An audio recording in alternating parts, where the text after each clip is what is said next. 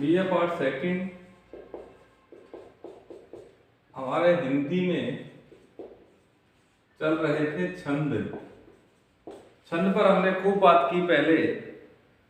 छंद की परिभाषा हम दोबारा देखेंगे। वर्ण के क्रम,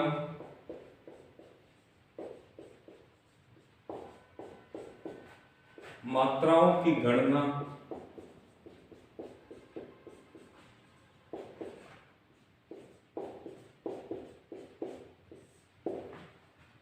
यति, गति, लय, तुक आदि नियमों से बंधी पद्यबद्ध रचना छंद कहलाती है। वर्ण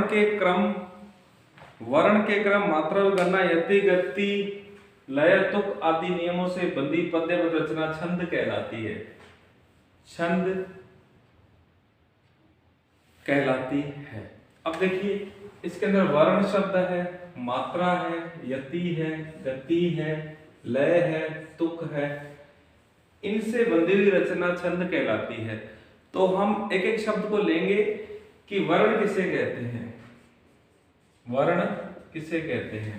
वर्ण देखिए, मुंह से निकली हुई ध्वनि को किसी चिन्ह से प्रकट किया जाता है, उसे वर्ण कहते हैं। मुंह से निकली ध्वनि जिसे किसी चिन्ह से प्रकट करें, बताएं, करते हैं या बताते हैं, उसे वर्ण कहते हैं। वर्ण देखिए, अब इसके अंदर वर्ण भी दो प्रकार के हैं, स्वर और व्यंजन। देखिए, स्वर और व्यंजन। स्वर, अब देखिए वर्ण के अंदर स्वर। स्वर किसे कहेंगे? जो अपने उच्चारण में स्वयं सक्षम हो, मतलब जो अपने उच्चारण की पूर्णता में स्वयं सक्षम हो, जो अपने उच्चारण में या उच्चारण की पूर्णता में स्वयं सक्षम हो। और व्यंजन, व्यंजन को बोलने के लिए स्वरों की आवश्यकता होती है। जिन वर्णों के उच्चारण के लिए स्वरों की आवश्यकता रहती है, मतलब कह सकते हैं जो स्वरों की सहायता से बोले जाते हैं, जो स्वरों की सहायता से बोले जाते हैं, जिन वर्णों के उच्चारण में स्वरों की सहायता जरूरी है, उसे व्यंजन कहते हैं। अब देखिए, छंद के अंतर्गत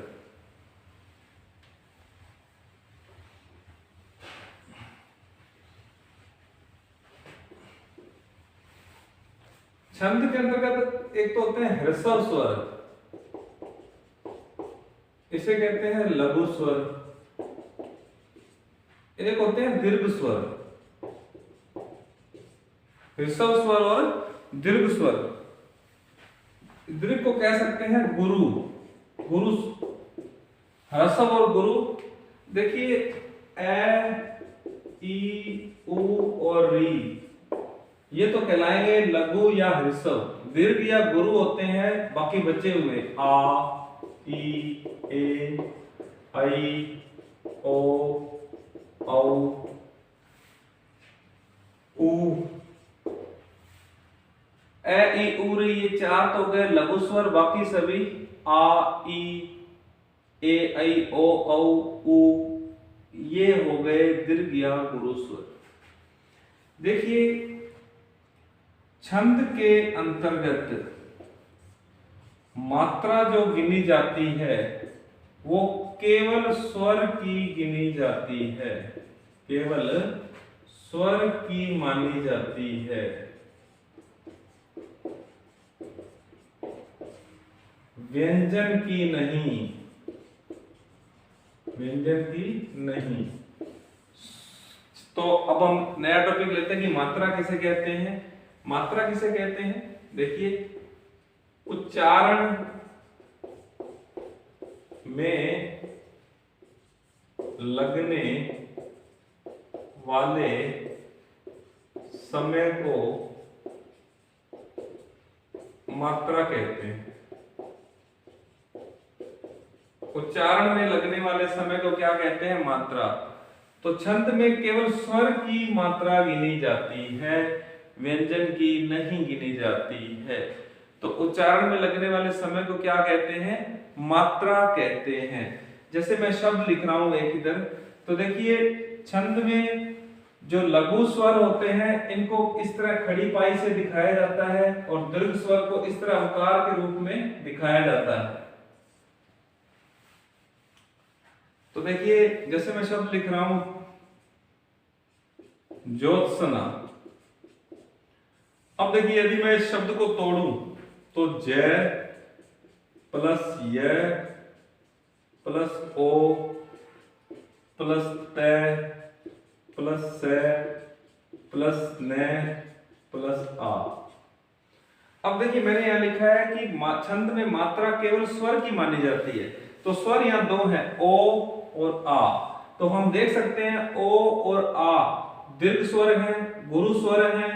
इनको इस अवकार के माध्यम से दिखाया जाता है। तो इसकी दो मात्राएं मानी जाएगी, इसकी दो मात्राएं मानी जाएगी। इन शब्दों की मात्रा नहीं मानी जाएगी, स्वर की ही मात्रा मानी जाएगी। जैसे मैंने शब्द लिखा ज्योत, तो ज प्लस य प्लस ओ प्लस त प्लस ए। ओ और ए शब्द को जब तोड़ेंगे बीच की बात, तो इसकी दो मात्रा, ए लघु स्वर है तो एक मात्रा, तो कुल तीन मात्रा गिनी जाएंगी और इसकी कुल चार मात्रा गिनी जाएंगी।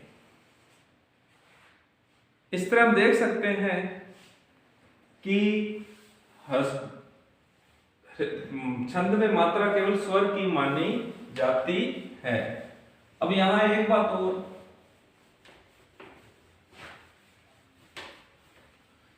मात्राओं की गणना शब्द के उच्चारण पर निर्भर करती है। जैसे मैंने शब्द लिखा पंडित, हालांकि पै शब्द की मात्रा वैसे तो होनी चाहिए लघु, क्योंकि पै के अंदर सम्मिलित है, लेकिन अनुस्वार लगने